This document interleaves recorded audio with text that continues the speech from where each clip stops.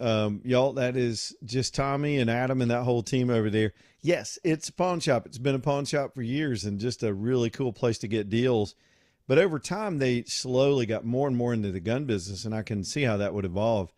I've seen pawn shops that start off just doing variety stuff, and then they wind up music stores for the same reason. You learn a lot about a product line, and you start getting trade ins, and then getting some new stuff like Tommy did over there. Next thing you know, he's got a really, really nice gun counter with just about everything for the gun lover, whether it's personal carry or tactical or hunting stuff. All this stuff is over there. Always good value. Brands you're going to know. Some new brands that may surprise you. I've learned about some brands that they've brought in, sort of in-house brands that are really incredible, especially in the AR platforms. A lot of sound suppression. When they first came on the show at the end of last year, he had stocked up. He had a whole vault full of sound suppression by design so that he'd get ahead of the market. He knew there'd be a run. And sure enough, there was. Prices were crazy. If you were looking for something particular, it was hard to find. He had it on the ground in Hueytown. Then they got deals on other things. Sometimes he'll get, I've told Tommy, look, man, you find a deal on something, you want to bring it in and sell it, I will tell the audience about it. So that thing is on the outside of the store. They've got a lineup of utility trailers. These are open trailers, single axle. You've seen them everywhere. So good for so many tasks. I talk about it all the time. I've got room for all that stuff on the property. And my main trailer, really, I bought it to haul a tractor around, but it's too big. It's too long. It gets in the way. It's hard to pull out. A nice little trailer like this to do some running around and pick up some things from time to time, or haul stuff to the dump, whatever you're going to do with it. He's got them, and he's got these high-sided ones that a lot of people that do firewood and do things like that need containment, he's got those. Y'all, it's really, really a cool little shop. Y'all go see him if you are looking for any of these things over in Hueytown. They're on Brook Lane Drive. That's one of the main drags in Hueytown. Well, I hate to spend too much time talking about politics on a Friday, but we have a couple of other stories to get into. And by the way, one of our listeners who keeps me on my toes remembered that it was also the Baltimore Colts also moved out in the middle of the night like that. They moved to Indiana and surprised everybody. I guess in those days you just had to sneak out, and and so they did the same thing. But I remember it was like the Rams did it, or the Oakland Raiders did it, and then the Colts did it, and it sort of stabbed Baltimore in the heart. And of course they wound up with a team anyway. But these sports franchises, man, there's just no loyalty anymore anywhere. Speaking of which, I did see one of my sportscaster buddies posted that we're 92 days out from college football. The world of college football has been front and center in Congress all week, with Nick Saban testifying about a bill where Congress is trying to get involved to do what the NCAA ought to be able to do themselves, and that's come up with a more balanced and more competitive process to get containment on these things. I heard Kirby Smart talking about it the other day too, about how he's worried about how it will affect other sports because there's so much value having to be put into an expense to keep your football budgets up. And I don't know, I do agree with all those things, but there's a little bit of hypocrisy that comes with it, because these coaches have no problem running all their salaries up in the coaching wars and getting locked in and getting paid to quit or to leave, getting buyouts. And now that everybody else there's other people trying to make money on it. It's not competitive anymore. And I get it, but hopefully they'll come up with a plan that makes sense. Some of the stuff I've heard out of Congress I don't even think would be doable. I don't even think it would be easily overturned with lawsuits, but we'll get into that on a different day. Back to the politics for a minute.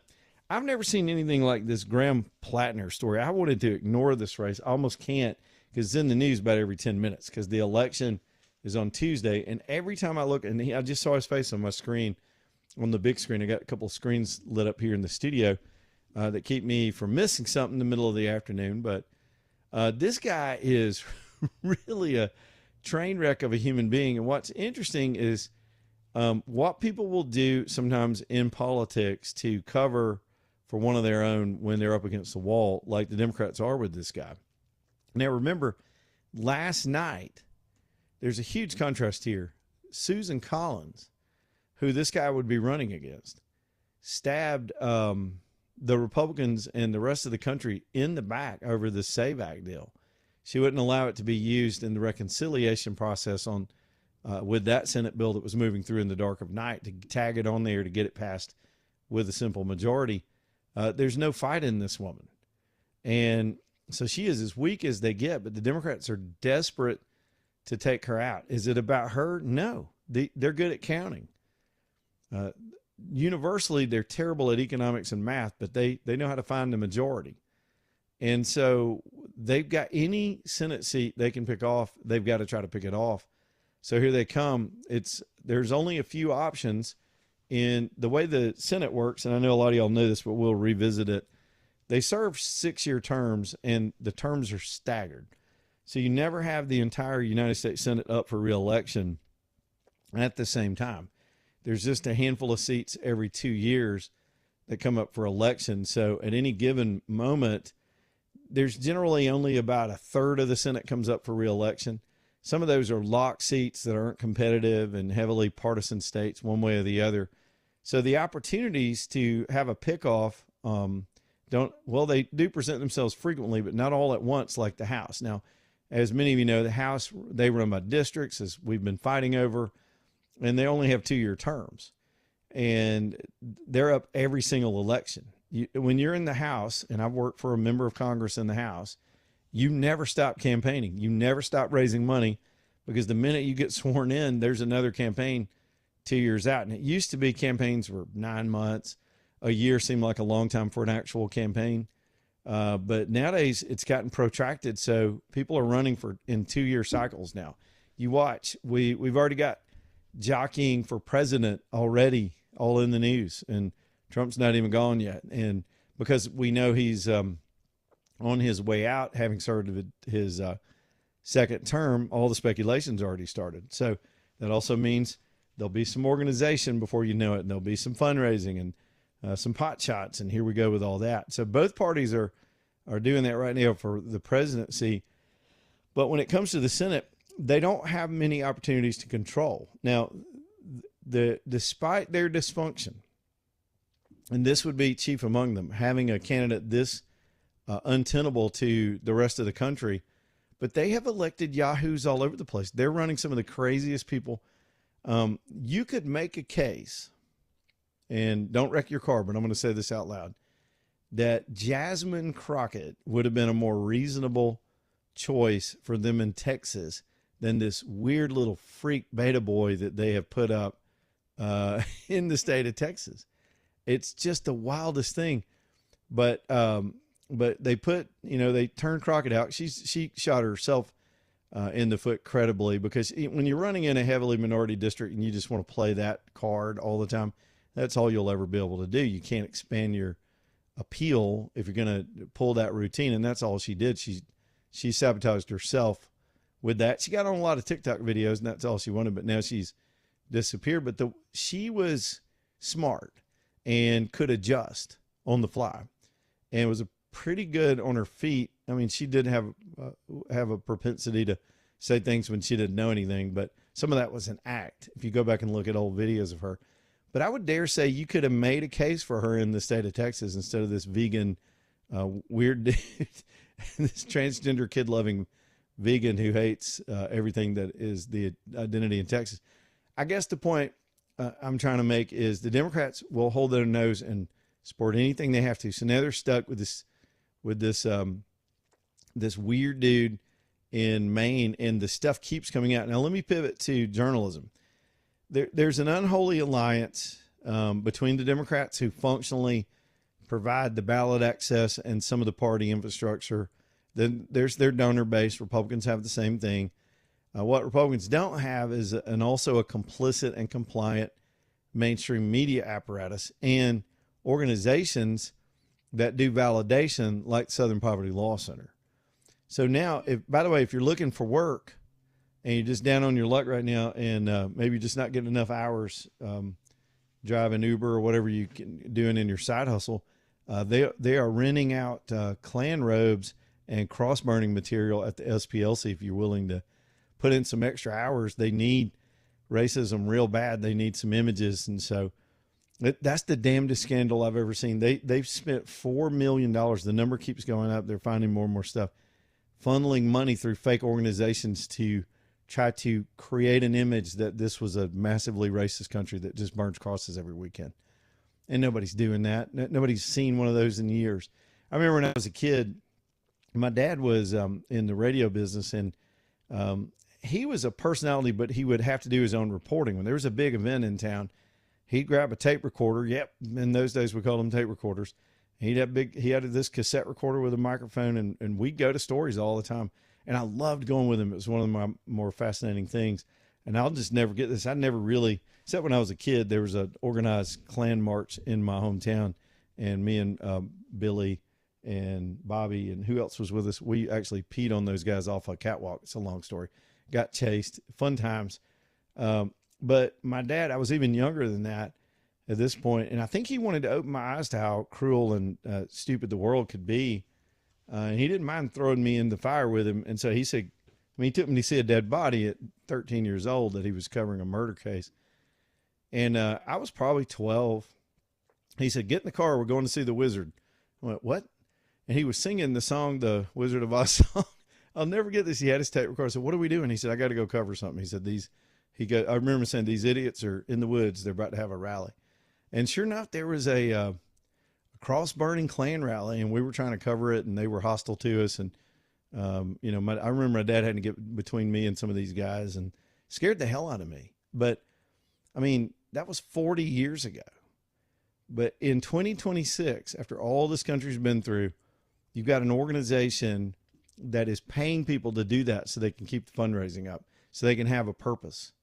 And it's just insidious. Now, back to the race in Maine. All this ties together in my mind. Call me a conspiracy theorist. But so you've got that kind of organization, which organizations like the New York Times had mainstreamed and used as a source. The Biden administration met with the SPLC quarterly to get their latest hate group list. And they were making things up. They were going after moms at school board meetings. They were going after the Catholic Church. They were going after pundits. Anybody that disagreed with the American left, they would do something that in politics we call third-party verification. Let me give you an example. I know we got a break coming up. So you're a reporter and you want to bash somebody on the right. Well, you need a source. You got a built-in source with the SPLC, so you quote them, and they'll say anything you want them to say about somebody. So they'll tag somebody as a racist. The New York Times goes and digs in and does a hit piece profile, which helps out their political buddies, which are also getting federal grants to run other programs. They had a whole universe and a structure and an infrastructure of supporting their politics the Republicans don't have access to. Now, how does that fit the Maine race? This afternoon, you've got this parade of ex-girlfriends, which I think is kind of tawdry, and some of it doesn't make any sense, and they could just be wild accusations, who knows, saying all kind of nasty stuff about this character in Maine. They call him the nipple Nazi now because he had a nipple tattoo of a Nazi symbol, which he still has. And apparently this dude clearly has mental issues, anger issues. He's violent, abusive, hates the world, hates everybody. He's everything the Democrats claim they're running against: Nazis, womanizers, abusers, bigots. He's all that. He's all that. Now they got to go, oh, he's okay. I love watching them do it. So the New York Times goes and speaks to one of these girls, and then the woman has come out today. She's doing her own interview saying that they botched that story. They didn't include the stuff she really said. And she thinks what they did was interview her just to get the narrative out there because the attack from her was coming, but just to water it down and make it go away. And that's exactly how the story read. So again, this venerable publication that used to be the standard by which especially liberals would gauge their journalistic integrity is nothing but a tool for the American left to do whatever they need. Vilify people, quote the SPLC, ignore facts, bury a story, memory hole a story. They'll do all that. CBS News just got caught doing it. The New York Post smoked them out on the Biden laptop stuff. These guys will functionally get themselves involved in anything they can politically. They have become straight up activists, and they've got a whole world. Here's the good news, though. That crap's getting broken up. The democratization of the internet is breaking up the New York Times. They've lost credibility. They're not a standard anymore for anybody.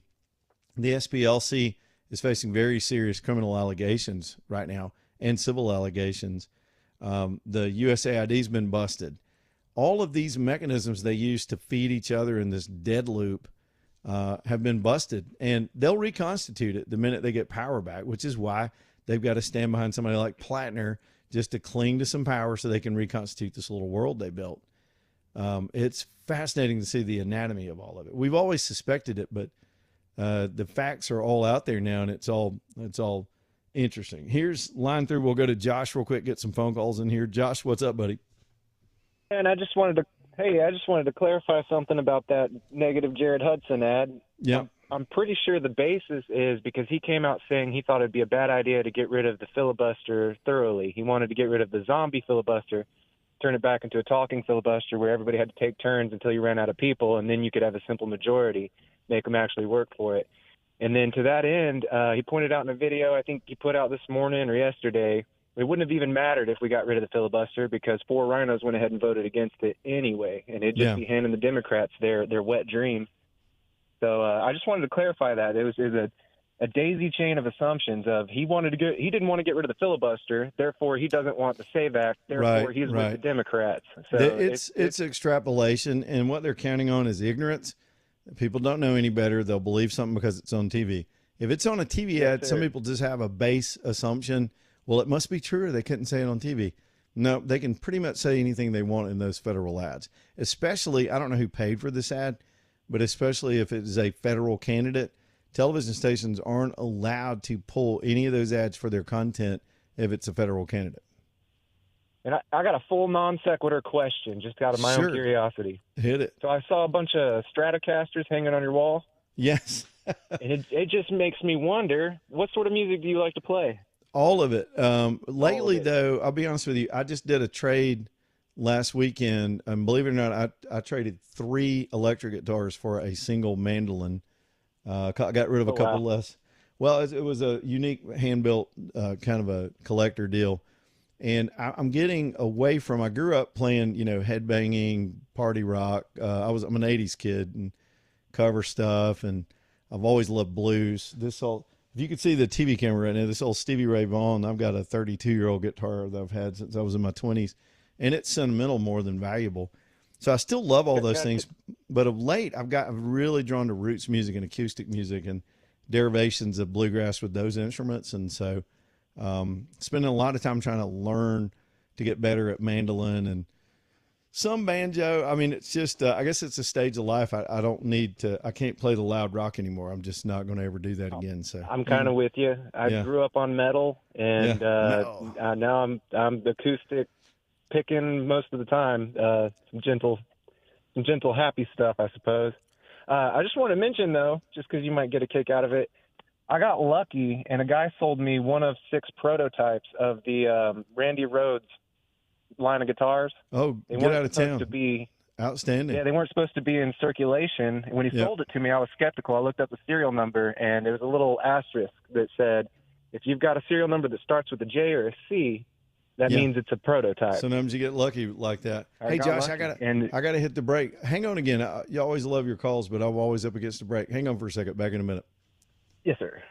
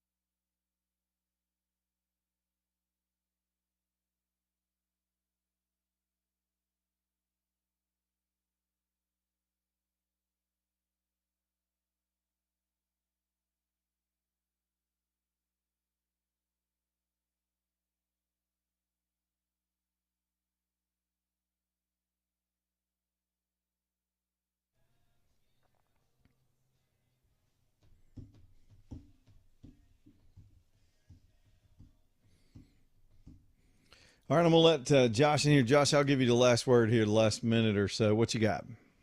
All right. Well, I don't have much else on the topics or anything, but I just want to say that you guys are real awesome. I listen to a lot of the veterans of the industry, the Glenn Beck, and I mentioned Michael Berry. I love him. I think you guys deserve a national platform. I think you guys deserve to be on that level. I think the nation would benefit from hearing from it. Well, that's very kind of you to say, Josh. I appreciate it, buddy. All right. Y'all have a good one. All right, there's Josh checking in with us tonight. Man, he almost got me on guitar nerd stuff, and I would have stayed on that until 6 o'clock. Because honestly, the news of the week has been straight exhausting. 545-9950. If you want to ask us anything, we will talk about it this afternoon. All the way to closing time. Leland Love. Y'all stay tuned.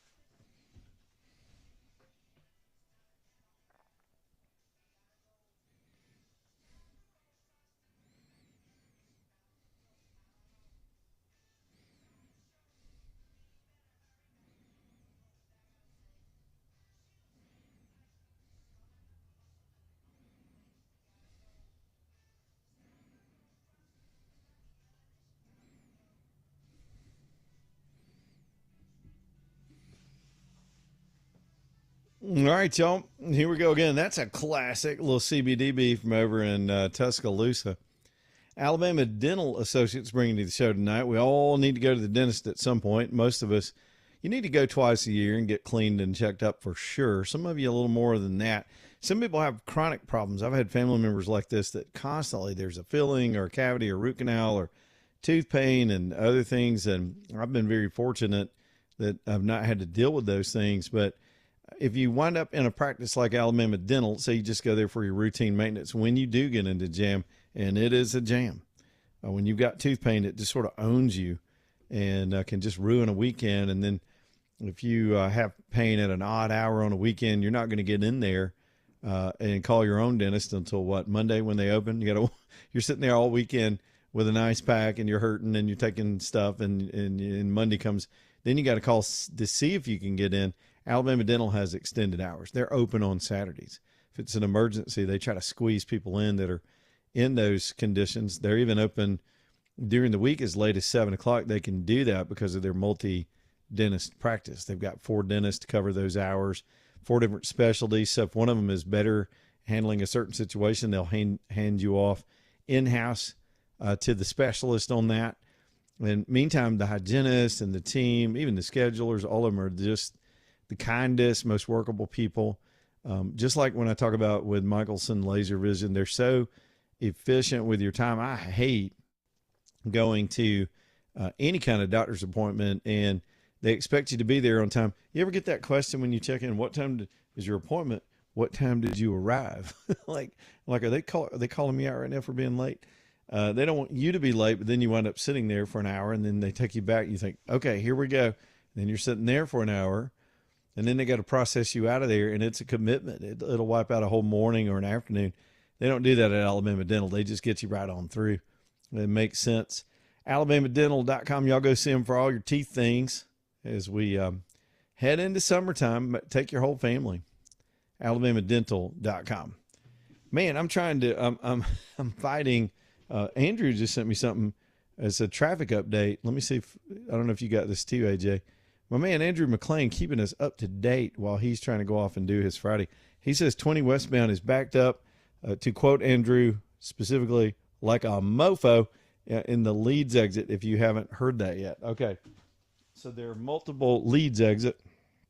And by the way, I'll tell you a funny Leeds story here in just a minute. All right. Let me pull up my map, and we're going to take a live look at that. Thank you, Andrew. Oh, yeah, look at that. So this is backed up from the 411, which is kind of the main Leeds Moody exit. I think that is 144. And so it's I'm trying to look at the lane. It's the inbound lane before you get to Buc-ee's, and it is backed all the way up to the other lane. So you're stuck trying to get inbound, and some people are doing that because it's Friday and people going in all kind of directions. Look out for that on 20 inbound. If you're anywhere near Leeds, try to go around that. 78 is a pretty good option over that way if you can get around in that direction. AJ, I wound up in a Buc-ee's last night, in that very Buc-ee's right there at 10 o'clock at night, and that place was still a zoo. It's amazing how many people go to Buc-ee's. Oh, man, they stay busy. Dude. So the long story is this. Right after the show, and AJ knows all this, as I'm getting ready to do the big Western trip, I'm taking y'all with me. We're going to do shows out there, but there's a lot to do, and I got to do a lot of mechanical things. So Appalachian Foothills, by the way, they're going to be a sponsor of the trip. They're one of the sponsors that's coming on board this summer. It's an RV repair center, and they really specialize in Tiffins because they're up there. These are Tiffin guys up there near Red Bay, and that I have a Tiffin, and so I just trust them and Stan. I've known him for years. Before he even opened this business. And so every time I'm taking a big trip like that, I do my worst nightmares. You get thousands of miles from home and something goes sideways and you don't know anybody. You don't know who to trust. You're stuck. I mean, these are your living arrangements in addition to your transportation. So I'm very preventive maintenance, especially as I get older. So I called them and I was like, I want y'all to go through this whole thing. There are a couple things that seem a little funky right now. I had a water heater situation that I was trying to fix. I actually, believe it or not, I did figure it out, but they were much more skilled at actually doing the fix. So I spent days messing with that. So I'm just going to take it to Stan. So I took it up to Appalachian. So last night I needed to go get it because I had another issue I needed to get serviced. That's part of the chassis. I know this is all complicated, so I needed Freightliner to take a look at it today. So here I go. I trucked out of the station last night right after the show, drove all the way up there to Hamilton, picked it up, turned around and came back, and it's late.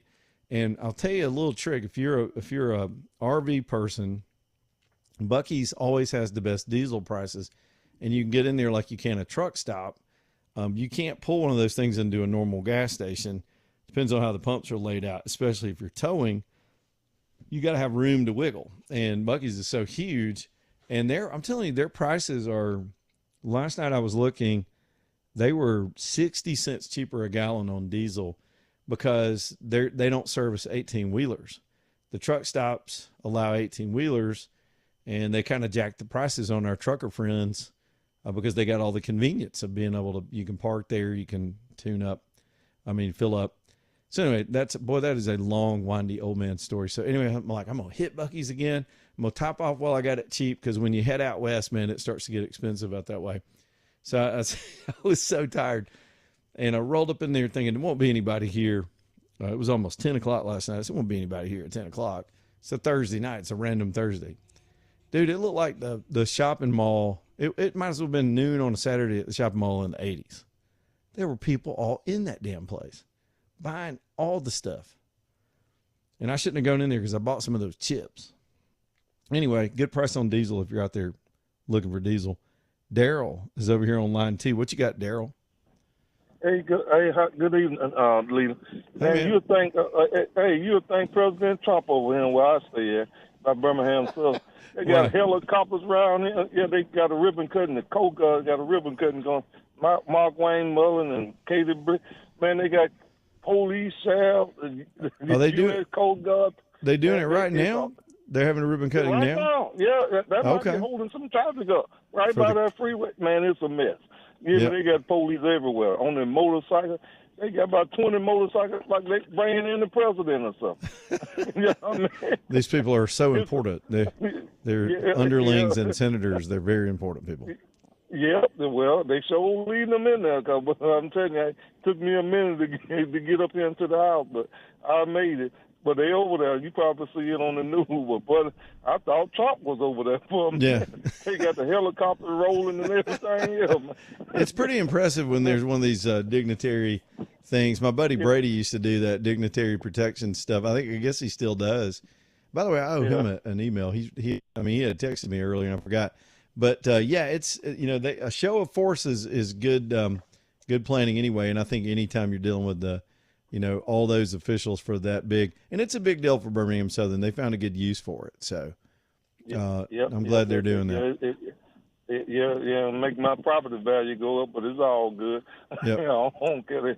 They finna do some stuff over here. Hey, Well, all right, Terry? well, I guarantee you, Terry Sewell's over there, right in front of the I bet cameras. you stick her face in there. I bet. And you know what? She voted know against it, the don't Homeland Security bill. This woman is That's voting so against good. funding That's the very thing that came to that's her right. own community. Yeah. Okay. I agree with you 100%. And I tell her on the other radio station, you ain't did somebody. They were trying to tell me she did that. No, Katie Britt did that. Katie Britt brought that Yeah. up. You know, this Terry is Sewell didn't have what I anything think. to do with that. She has no I power. told her. I said Trump wouldn't give Terry Sewell a crumb. I told him just like that on the. He ain't gonna give. You vote against the man. No, that's Katie Britt all the way. Yes, Well, they're not. They're in the minority. They can't move money. They can only get in the way when you're in the minority. But anyway, Yeah, but don't take no credit, Leland. What if you don't take no credit? What you coming up here for? If you ain't got nothing to do with it, I'm black or whatever. If you ain't got nothing to do with it, you voted against the man. So what you want to take credit for? Because it's Birmingham, her district. I guarantee you, you'll see her face today. she's a leader. You're gonna see her face today. Yeah, but Katie All right, Britt did it though. I appreciate it, Daryl. All right. I'm gonna give Katie Britt credit on that note, and I've been a critic. Her people probably don't like me too much at all, but she does work hard on those things because Richard Shelby taught her how to do that. You get how to get the bacon and bring it home, and I do think that she, of all the leadership in the delegation, had more to do with that than probably any of them. So good for her. Yep. She's doing a good job. But Leland, I'm gonna tell you one thing before I go. That your buddy, he gonna pull some Democratic votes in a couple of weeks. What I'm hearing on the street, Who's they this? like that dude, Who? Jerry Hudson. They like Jerry Hudson. Democrats like Jerry Hudson. They can't vote in the primary. They can't. no, they can't. Okay, they can't cross over unless they did the first time. Yeah. Okay, yes, but I know a lot of people like him. They talking about him. They do. So if he make it to November, they can vote for him, right? They can vote for him. Then it's a general election, and you can vote for anybody you want on the ballot. Then you're not. Okay. It's not the parties trying to decide who they want to put up. Yeah, but I'm hearing some good stuff about him on the street. I hope he make it. All right, man. Hey, Daryl. Good to hear from you, buddy. Man. All right, there's our friend Daryl checking in. He keeps the ear to the ground, man. I'm telling you, y'all can think what you want about some of our callers. Daryl is out there hearing things, and he has told us stuff that's wound up in the news cycle after that about concerns, what the communities are saying, and people. And that's why we do shows like this. Everybody's invited. Say what you got to say. Speaking of repurposing things, I had no idea. I knew they were going to eventually tear down Brookwood Mall, but I rode past it the other day, and I thought I had seen something online about it. But they are destroying that thing, and I don't know what the plan is to put that. That is a valuable spot. It is at the nexus of Mountain Brook and Homewood. It's got access to 280. I mean, you wouldn't want to put a Costco in there, but that is a high use piece of property. And when you're looking at highest and best use in retail development, I can imagine there's probably people clamoring to get a hold of that. I will tell you that a guru in the world of commercial investment has his offices very close to there. He was one of my instructors back when I was doing all that stuff and taking high level courses to understand the finance end of it. And I call him Bill, but he probably wouldn't want anybody to know he knows me. But this guy was so good. He was so good and so good as an instructor, and taught me a lot about how that world sees things. But I mean, what I'm saying is, like, right there, almost on the same property, they've got some of the best experts in Alabama that could come up with a good game plan for redevelopment of that site. And it's amazing to me to see what's happened to malls. I mean, I was thinking the other day, I wonder if malls will ever make a comeback. Will people ever want to go back indoors again? The outdoor concept Bayer put together here in Alabama really led the nation in the new outdoor mall sort of open space area. And there are a lot of other reasons why malls just started dying all over the country. And in certain climates, you don't have any choice. You don't, when you're in other parts of the country that are so cold, you're going to still have indoor conditioned and that kind of experience. But man, it was, for people of a certain age, it was absolutely what we did. It's what we did in our youth. We just hung out there, and kind of like on Stranger Things, we literally hung out in the food court. We walked around. It was just a nice place to do it. And every now and then some kids would get rowdy and the cops would say something, but it wasn't what everything turned into now. But and I'm seeing that the Galleria is also up for sale. I have no idea what they could do with that property. The city, it was what put Hoover on the map. When you used to study trade areas, and they've got tools in that industry where you can draw a geography and know everything about that area. And I used to have to study this for a retailer I was working for. And if you look at the epicenter of where a lot of retail spending happens in the whole state of Alabama, it was largely right around that mall for a long time. There was so much retail commerce that went down in that concentrated area. And I don't know how that'll affect Hoover down the road, but again, a crossroads for that community, and hopefully they'll come. I know one time they had a hospital plan. Maybe I just need to get the mayor on and get some of his folks on, because I know a lot of those Hoover folks, and see what they're going to do. But again, these are private developments. Cities can have ideas, but it's going to be up to investors to come in and make any of this stuff work. But times are changing. And, I can't say I'm too nostalgic about Brookwood. I didn't go there much. I did buy a lot of things there over the years, but it wasn't, I only knew that mall in adulthood. But I know some folks, I remember when they tore down Century Plaza, boy, that was emotional for some people. But times change and stuff closes and goes away, and it's happening right before our eyes. All right, let's do, I'll tell you what, let me tell you about All American Metals, and then we'll get set up for next hour. AA-metal.com, AA-metal.com. All American is a wonderful turnkey opportunity for you to get a project done. If you're looking at anything in the way of constructing things this year, let All American Metals get you on track. Steel construction is incredibly affordable. It goes up quickly. You know, there's site prep to do, and you got to get a foundation down. But the structure itself, when you're ready to go and they bring that building out, it just goes up in days. And then you're ready to do all your internal stuff, plumbing, electrical, any kind of outfitting that you want to do. But All American can, from the design process all the way to delivery, they're totally in control. They're fully integrated. They got super talented people, just great guys. 2 generations of 2 families that have been putting up steel. They have their own factories, their own design teams. They even bring it to you on their own trucks. I love that because there's no middleman to blame. There's no delivery snafu. They want that. They want you to be completely happy. And if some reason something's not correct or a part got left out, they're right here. They'll get it right back out to you and service that whole project for you. This is how you want to do it. Look, their price is better. Their custom work is custom. This isn't this cookie cutter stuff you see with some producers. That you can do what you want. And then, of course, their turnaround is faster because you're working locally, and the food chain is kind of small, and they'll get things turned around, get those plans in your hands. It's aa-metal.com, All American Metals, over in Bessemer, Hueytown area, aa-metal.com. Back here in just a minute.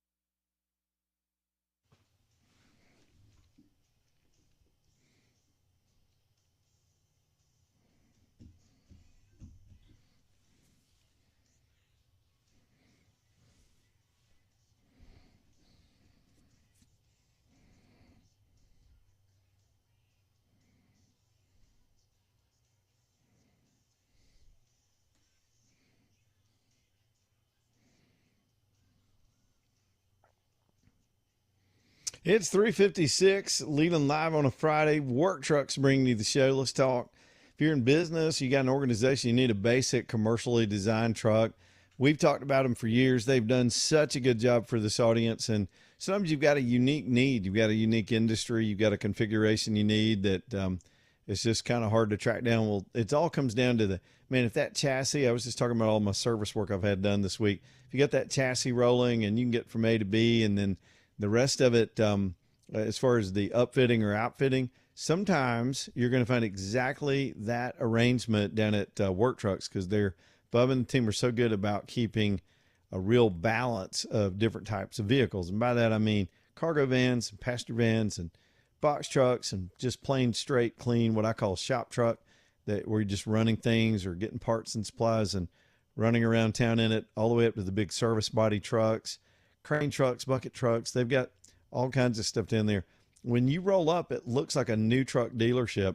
That's because these are all late model vehicles that they've gotten off lease. When these customers lease these things, they're under requirements to keep them in good shape and keep the miles down. And so Bubba and his team are just good at scooping these up. I mean, you can go try to find one yourself, but it's going to cost you a lot of time. And then you got to check it out to make sure you're not getting a lemon. They've already done that. These things are vetted. It wouldn't be on the lot if they weren't. And a lot of times, like I said, they're already outfitted and tooled up just for what you're doing. So go see Bubba and the team. Save yourself time. Keep the money coming in, and you put your heart and soul into what you do for a living, bringing that revenue in, and let them supply you with your trucks. They'll take your trade in. They'll help you with financing. They've got extended warranties. It's Work Trucks, TRUX, Work Trucks, LLC.com, Work Trucks, LLC.com. One of my buddies, he probably don't want me to say his name because I think he's connected to the city of Hoover. He just sent me I assume he's joking. He sent me a picture, an overhead shot of the Galleria, AJ, and it's got data center all over it, like data center on the Winfrey, data center on the big awning there in the center. I mean, why not? Hell, they're going to put these things somewhere. He's kidding. What do you think they could do over there? Y'all got any ideas? We can talk about that. We'll talk about elections. We'll talk about guitars. We'll talk about sports. I don't care. I'm feeling a little lazy right now. It's been a week, man. 545-9950 if y'all want to get on the show. Let's go. Back in a minute.